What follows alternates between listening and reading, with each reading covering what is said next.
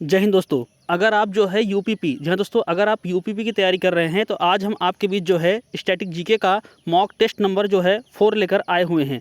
तो अगर आप जो है तैयारी कर रहे हैं तो ये प्रश्न आपकी तैयारी में जो है 4 चाँद लगाने के लिए काफ़ी है। जी हाँ दोस्तों, ये मोस्ट इंपॉर्टेंट प्रश्न है और प्लस जो है प्रीवियस ईयर, जी हाँ दोस्तों, जो प्रीवियस ईयर आपके यूपीपी के एग्जाम हुए हैं तो ये प्रश्न जो है उसमें पूछे जा चुके हैं। तो आपको इस वीडियो के माध्यम से एक अंदाज़ा ये लग जाएगा कि आखिरकार जो है इस बार जो आपका 23 अगस्त से एग्जाम होना है उसमें कैसे प्रश्न पूछे जाएंगे। तो देर न करते वीडियो की शुरुआत करते हैं और चलते हैं पहले क्वेश्चन की ओर। और पहला क्वेश्चन आपके सामने स्क्रीन पर बेहद ही इंपॉर्टेंट प्रश्न आपका है कि निम्नलिखित में से, जी हाँ दोस्तों, निम्नलिखित में से जो है कौन सा ग्रह सौर मंडल के सबसे ठंडे ग्रह की श्रेणी में आता है। मोस्ट इंपॉर्टेंट क्वेश्चन है, 2018 में यह प्रश्न आपका पूछा जा चुका है। तो इस प्रश्न का जो सही जवाब होगा यूरेनस। जी हाँ दोस्तों, यूरेनस जो होगा आपका सबसे ठंडा ग्रह होगा। अगर बुध की बात की जाए तो बुध आपका सबसे छोटा ग्रह होगा।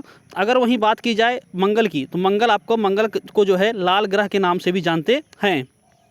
अगर वही बात की जाए शुक्र की तो शुक्र को जो है पृथ्वी की बहन, जहाँ दोस्तों पृथ्वी की बहन के नाम से भी जाना जाता है। तो ऐसे ही प्रश्न आपकी परीक्षाओं में जो है पूछे जाने की पूरी संभावनाएं नजर आ रही हैं। अब चलते हैं हम अगले क्वेश्चन की तरफ और अगला क्वेश्चन आपके सामने स्क्रीन पर प्रश्न नंबर 2 आपका है कि वह उपकरण जो भूकंप की तीव्रता को मापने में मदद करता है। तो यह भी प्रश्न आपका इंपॉर्टेंट है। इस प्रश्न का सही जवाब होगा ऑप्शन सी, रिएक्टर स्केल। जहाँ दोस्तों जो आपका भूकंप आता है तो उसको जो है रिएक्टर स्केल पर जो है मापा जाता है। अब हम चलते हैं अगले क्वेश्चन की तरफ और अगला क्वेश्चन आपके सामने स्क्रीन पर प्रश्न नंबर 3 आपका है। बेहद ही इंपॉर्टेंट प्रश्न आपका है, कई बार परीक्षाओं में प्रश्न आपका पूछा जा चुका है कि निम्नलिखित में से कौन सा लेख शिक्षा के अधिकार से संबंधित है। जी हाँ दोस्तों, निम्नलिखित में से कौन सा लेख जो है शिक्षा के अधिकार से संबंधित है। तो इस प्रश्न का सही जवाब होगा अनुच्छेद, जी हाँ दोस्तों, ऑप्शन ए, अनुच्छेद जो आपका यहाँ पर लिखा गया है अनुच्छेद 21A जो है शिक्षा के अधिकार से जो है संबंधित है। अब चलते हैं अगले क्वेश्चन की तरफ। हम अगला क्वेश्चन आपके सामने स्क्रीन पर बेहद ही इंपॉर्टेंट है यह प्रश्न आपका। यह प्रश्न भी कई बार परीक्षाओं में आपका पूछा जा चुका है।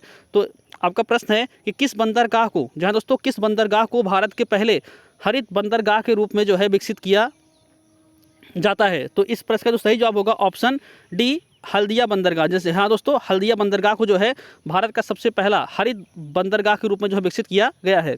अब चलते हैं हम अगले क्वेश्चन की तरफ और अगला क्वेश्चन आपके सामने स्क्रीन पर प्रश्न नंबर 5 आपका है कि किस सवाल को, मोस्ट इंपॉर्टेंट प्रश्न आपका है, यह क्वेश्चन जो है एसएससी सीजीएल के एग्जामों में जो है कई बार पूछा जा चुका है कि किस सवाल को आंतरिक सवाल कहा जाता है। जहाँ दोस्तों किस सवाल को आंतरिक सवाल कहा जाता है। तो ऑप्शन सी, क्लोरेला। जहाँ दोस्तों क्लोरेला वर्गलिस जो है आपका आंतरिक सवाल जो है कहलाता है। अब चलते हैं हम अगले क्वेश्चन की तरफ और अगला क्वेश्चन प्रश्न नंबर 6 आपका है कि उस द्वीप का क्या नाम है जो भारत और श्रीलंका के बीच स्थित है। जहाँ दोस्तों जो भारत और श्रीलंका के बीच स्थित है। मोस्ट इंपॉर्टेंट क्वेश्चन आपका यह भी है। तो इस प्रश्न का जो सही जवाब होगा ऑप्शन बी, कच्चा थीवू। जहाँ दोस्तों कच्चा थीवू जो द्वीप आपका है वो भारत और श्रीलंका के बीच स्थित है। अब चलते हैं हम अगले क्वेश्चन की तरफ और अगला क्वेश्चन आपके सामने स्क्रीन पर प्रश्न नंबर 7 आपका है कि भारतीय रिजर्व बैंक, जहाँ दोस्तों जो आरबीआई है, कि पहले भारतीय गवर्नर जनरल, जहाँ दोस्तों पहले भारतीय जो गवर्नर थे वो थे कौन। तो इस प्रश्न का जो सही जवाब होगा ऑप्शन ए, सीडी। जी हाँ दोस्तों, ऑप्शन ए, सीडी देशमुख जो थे वो भारतीय जो आपका आरबीआई है उसके पहले गवर्नर थे। अब चलते हैं अगले क्वेश्चन की तरफ हम और अगला क्वेश्चन आपके सामने स्क्रीन पर बेहद ही इंपॉर्टेंट यह प्रश्न भी आपका है कि निम्नलिखित में से किस वर्ष मणिपुर राज्य को अपनी पूर्ण आजीविका प्राप्त हुई। जहाँ दोस्तों मतलब पूर्ण तरीके से जो है इसको राज्य बना दिया गया था। तो इस प्रश्न का जो सही जवाब होगा ऑप्शन डी, 21 जनवरी 1972। जहाँ दोस्तों 21 जनवरी 1972। अगर आपको वीडियो पसंद आ रहा हो तो वीडियो को ज़्यादा से ज़्यादा लोगों तक शेयर करें और लाइक सब्सक्राइब करना ना भूलें। चलते हैं हम अगले क्वेश्चन की ओर और अगला क्वेश्चन आपके सामने स्क्रीन पर प्रश्न नंबर 9 आपका है कि कौन सा विटामिन न्यूक्लिक एसिड और लाल रक्त कोशिकाओं के निर्माण में जो है मदद करता है। तो मोस्ट इंपॉर्टेंट क्वेश्चन आपका है। तो इस प्रश्न का जो सही जवाब होगा ऑप्शन सी, विटामिन B10। यहाँ दोस्तों विटामिन B10 जो है न्यूक्लिक एसिड और जो है लाल रक्त कोशिकाओं के निर्माण में जो है उनकी मदद करता है। अब चलते हैं अगले प्रश्न की तरफ हम और अगला प्रश्न आपके सामने स्क्रीन पर प्रश्न नंबर 10 आपका है कि माध्यम के तापमान में वृद्धि ध्वनि की गति को कैसे जो है प्रभावित करती है। जहाँ दोस्तों ध्वनि की गति को जो है कैसे प्रभावित करती है। अगर तापमान में वृद्धि कर दी जाए तो ध्वनि की गति में क्या प्रभाव पड़ेगा। सीधा से कहने का मतलब यही है। तो ऑप्शन बी, ध्वनि की गति जो है बढ़ जाएगी। अगर आप तापमान बढ़ाएंगे तो ध्वनि की गति जो है बढ़ जाएगी। अगर आप तापमान कम करेंगे तो ध्वनि की गति क्या हो जाएगी, कम हो जाएगी। अब चलते हैं हम अगले क्वेश्चन की तरफ और अगला क्वेश्चन आपके सामने स्क्रीन पर प्रश्न नंबर 11 आपका है कि चूहों को मारने के लिए निम्नलिखित में से किस रसायन का उपयोग किया जाता है। मोस्ट इंपॉर्टेंट क्वेश्चन आपका यह भी है। तो इस प्रश्न का सही जवाब होगा ऑप्शन सी, जिंक फास्फाइड। यहाँ दोस्तों जिंक फास्फाइड का उपयोग किया जाता है। अब चलते हैं हम अगले क्वेश्चन की तरफ, और अगला क्वेश्चन आपके सामने स्क्रीन पर प्रश्न नंबर 12 आपका है कि नीचे भारतीय राज्य केंद्र शासित प्रदेशों और उनकी राजधानियां हैं, निम्नलिखित में से कौन सा जो आपका दिया गया है जोड़ा वो फीमेल है आपका, मतलब कि वो आपका मैच नहीं कर रहा है।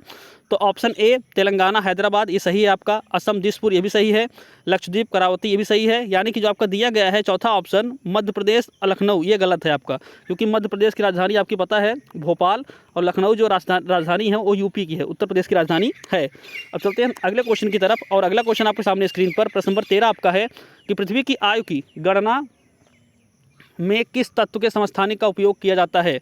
तो ऑप्शन बी कार्बन, जहाँ दोस्तों कार्बन के समस्थानिक का उपयोग किया जाता है। अब चलते हैं अगले क्वेश्चन की तरफ, और अगला क्वेश्चन आपके सामने स्क्रीन पर प्रश्न नंबर 14 आपका है कि किस वायसराय को जो है भारतीय रेलवे का जनक, मोस्ट इंपॉर्टेंट क्वेश्चन है और यह प्रश्न आपका बार बार परीक्षाओं में पूछा जा चुका है। तो किस वायसराय को जो है भारतीय रेलवे का जनक कहा जाता है। तो ऑप्शन जो इसका सही जवाब होने वाला है वो होगा ऑप्शन बी लॉर्ड डलहौजी, जहाँ दोस्तों लॉर्ड डलहौजी को जो है भारतीय रेलवे का जनक कहा जाता है। अब चलते हैं हम अगले क्वेश्चन की तरफ, और अगला क्वेश्चन आपके सामने स्क्रीन पर बेहद ही इंपॉर्टेंट प्रश्न यह भी आपका है कि निम्नलिखित में से कौन सी चिली की मुद्रा है। जहाँ दोस्तों कौन सी चिली की मुद्रा है। तो ऑप्शन ए पेसो, पेसो जो है चिली की मुद्रा है। तो इस मॉक टेस्ट में जो आपका मॉक टेस्ट 4 था, इसमें जो है आपको 15 ऐसे महत्वपूर्ण प्रश्न देखने को मिले हैं जो कि आपके आने वाले अगर यूपीपी के एग्जाम के लिहाज से देखे जाएं तो मोस्ट इंपॉर्टेंट होने वाले हैं, और आगे भी ऐसे आपको जो है मॉक टेस्ट मिलते रहेंगे। तो अगर आप लोग तैयारी कर रहे हैं तो इस चैनल से जुड़ जाइए और वीडियो को ज़्यादा से ज़्यादा लोगों तक शेयर करें और लाइक सब्सक्राइब करना ना भूलें। धन्यवाद।